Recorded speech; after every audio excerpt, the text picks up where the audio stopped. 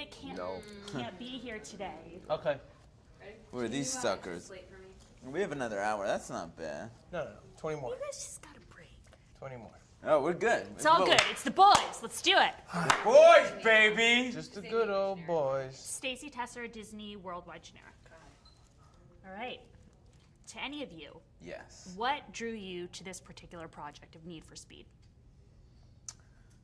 I would say the people behind it, from Scott Waugh, who directed Act of Valor. You knew you were gonna get that feeling of a different type of car movie, or a throwback with some new stuff that was going on, and Spielberg was behind it, and John Gatins, who had and George Gatins, and John had written the film Flight that was nominated for an Academy Award. So you knew they were down to make something special. I felt that way.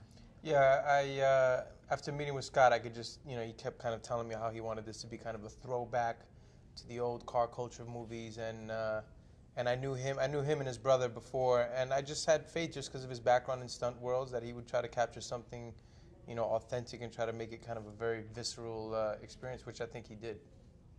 So knowing that Scott Waugh had this extensive background in stunts, did that frighten you? Did it inspire you? How did you feel? Gave all of us, I think, confidence when we were filming.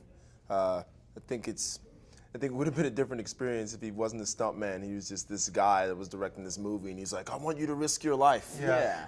I think everything we did practically, things that Scott Waugh would have done himself if he could have. You know what I mean? Yeah. So for me, I know nobody was asking me anything out of the ordinary to do.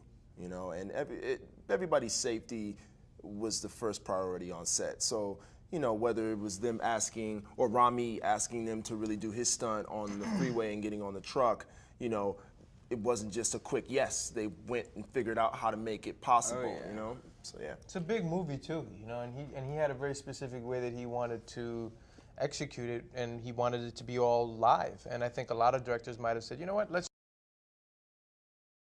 And that wasn't his approach. He wanted this to be different, and he knew in order to make that happen, he had to put the cars out there, have these stunts actually happen, and he knew how to make that happen. He brought all his old stunt buddies, which was really cool, I thought. It was like a family of stunt guys that he's known for a long time to come pull off his vision. So Ramon, what was it like to be behind the wheel of the Beast? Behind the Beast.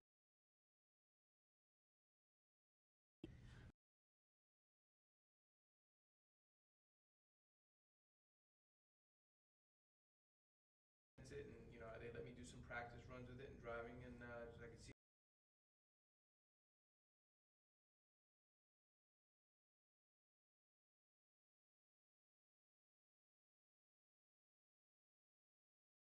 We're here to talk about it. Yeah. So Rami, how did you feel doing that, what's called the hot fuel connection scene? It was exhilarating. It was something that I don't think they were planning on letting me do. And like Ramon said, I asked Scott. Scott went to Lance Gilbert, who was their stunt coordinator, and asked him, what he thought about me doing it. And they're like, look, we'll just have to, really harness him in a few more times than we would a stuntman. Put extra stunt personnel in the car with us. But, they took every precaution with me, and that gave me all the freedom to really, live it on the edge and do it, as practically as I could, and not have any fear while doing it until I saw it and said, what was I thinking?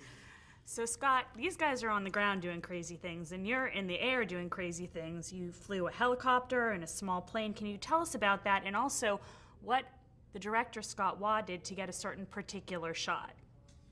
Well, the whole experience, at first I thought it would be nerve-wracking. If you can imagine reading that script and seeing how demanding those scenes would be with the helicopters and the Cessna.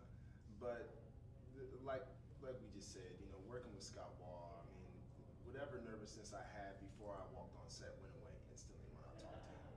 So for me, it was like a dream come true to be doing something that I never imagined myself doing anytime soon.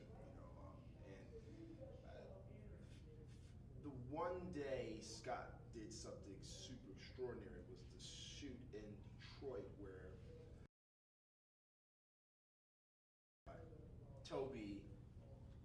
really in Detroit at street level, and I've stolen the news helicopter. And in order to get the shot where I'm looking over my shoulder and I'm delivering my lines about, how crazy hot is your passenger, Scott wanted the over the shoulder shot, and the only way to get it was to leave the door of the helicopter open, have him harnessed and strapped in, hanging kind of out of the helicopter, holding the camera, right? So we did this about 7 to 8 times, and we didn't land, not once. So we kind of just, we would do the shot, and then we go, yeah, dude, it was crazy. And we were just chilling in the air, and Scott's just up there, and like, I was half in the scene, half out, because I was fearful for him, because I've never seen anything like that. I've never seen someone so dedicated.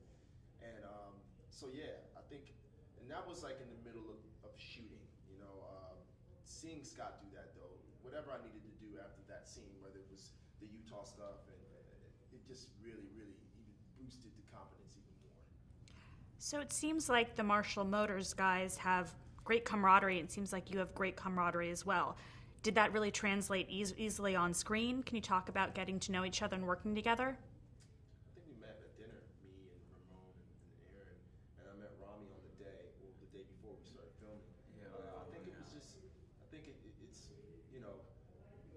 part of Scott having a great vision, great casting, Ron and Crest putting us all together, seeing, I feel like that's what casting directors, is their job, to see who's gonna mesh, and the essence of this movie is the brotherhood of these guys, and that's what's gonna live on throughout the franchise. I think that's the pure essence of this movie. There's cars and stuff like that, but it's the brotherhood. It's true. It's very true, and we were lucky that it happened. It doesn't always happen.